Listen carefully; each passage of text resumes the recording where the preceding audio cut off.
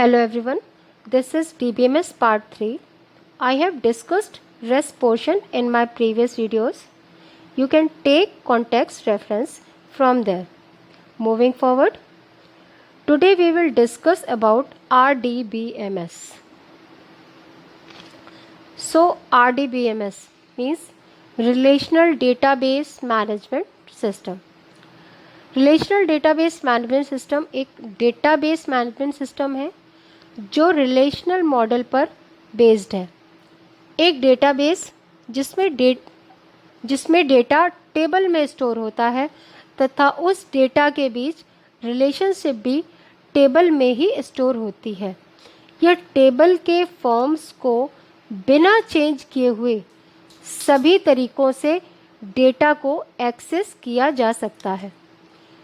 Relational database में use किया गया software relational database management system के नाम से जाना जाता है। रिलेशनल डेटाबेस मैनेजमेंट सिस्टम को शॉर्ट में RDBMS के नाम से जानते हैं।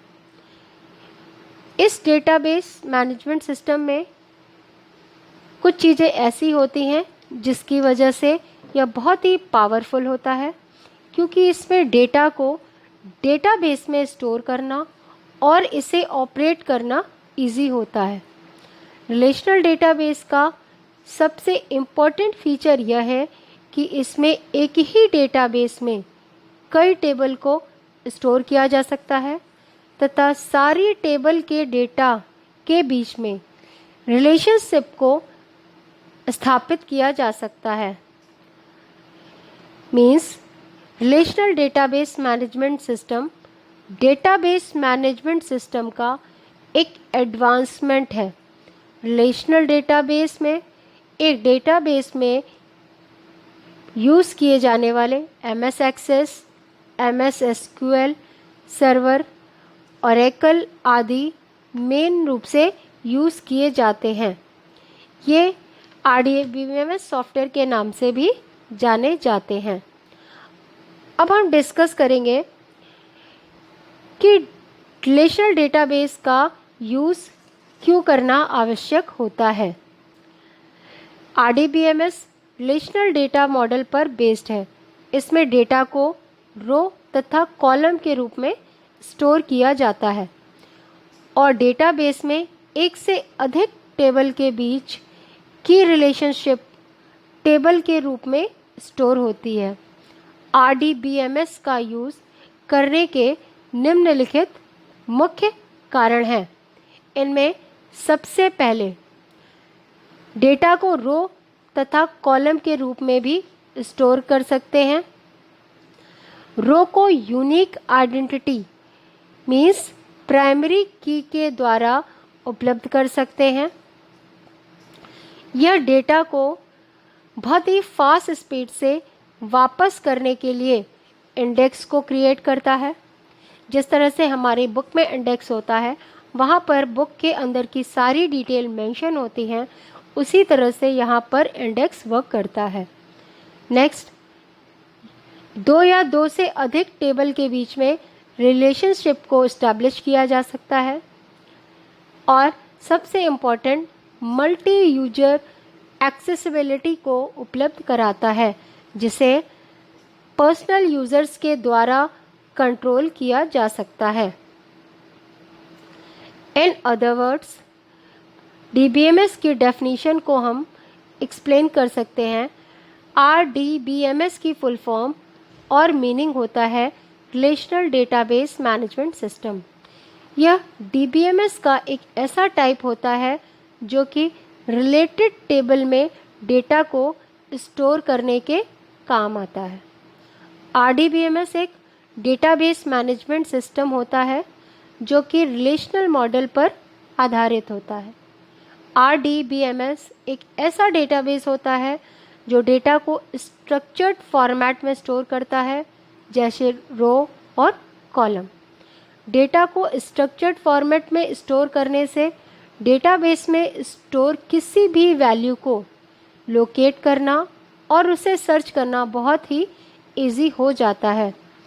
इसको रिलेशनल भी कहा जाता है, क्योंकि जो भी वैल्यूज़ और डेटा डेटाबेस के किसी टेबल में स्टोर होते हैं वह सब आपस में एक दूसरे से रिलेटेड होते हैं।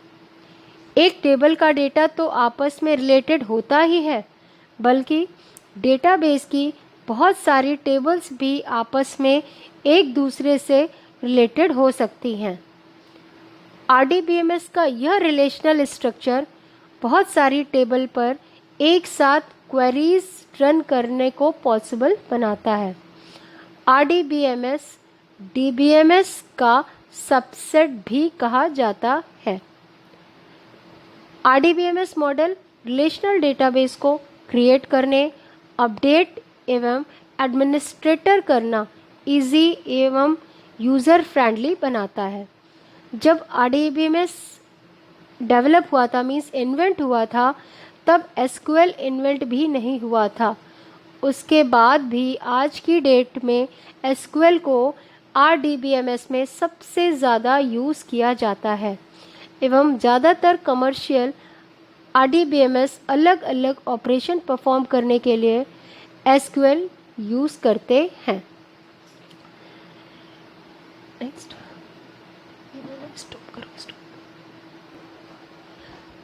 ओरेकल को फर्स्ट कमर्शियल RDBMS माना जाता है, जो कि 1979 में रिलीज़ किया गया था। अब किसी भी डेटाबेस के मेजर कंपोनेंट के बारे में हम डिस्कस करेंगे। किसी भी डेटाबेस के सबसे इम्पोर्टेंट कंपोनेंट्स होते हैं, उनमें सबसे पहले आता है टेबल, नेक्स्ट रिकॉर्ड या जिसको कि हम रो भी कहते हैं, third field and last one is column. यहाँ पर आपके सामने एक डायग्राम शो हो रहा है जिसमें हम देख सकते हैं कि कंटेंट किस तरीके से जाके डेटाबेस में स्टोर होता है।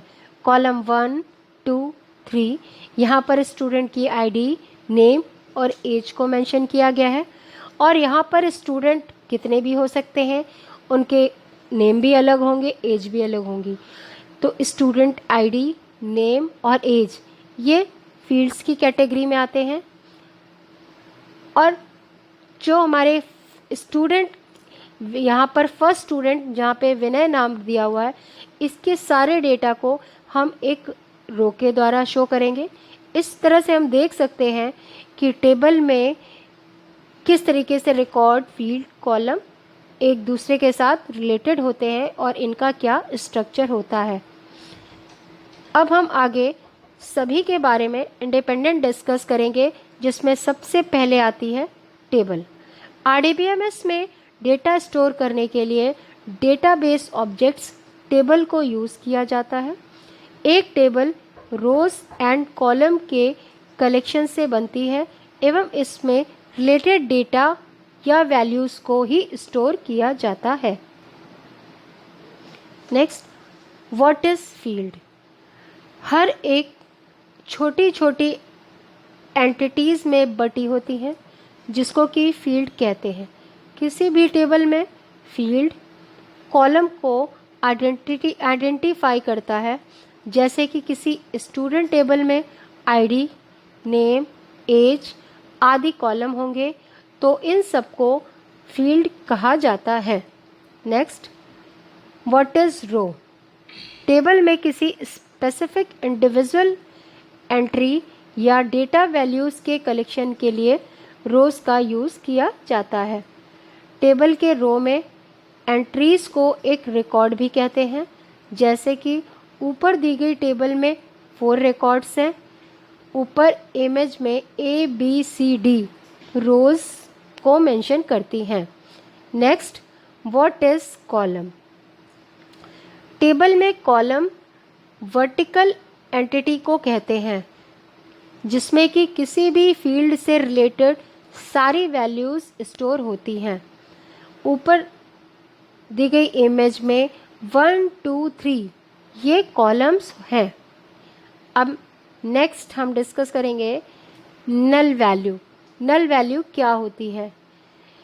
किसी भी टेबल में नल वैल्यू का मीनिंग होता है कोई वैल्यू ना होना, मीन्स अगर किसी फील्ड में कोई वैल्यू स्टोर नहीं है या वो ब्लैंक है तो वो फील्ड नल कहलाती है। एंड लास्ट मैं आपको बताऊंगी कि example of non relational database Apache, HBase, IBM, domino and Oracle NoSQL database हैं।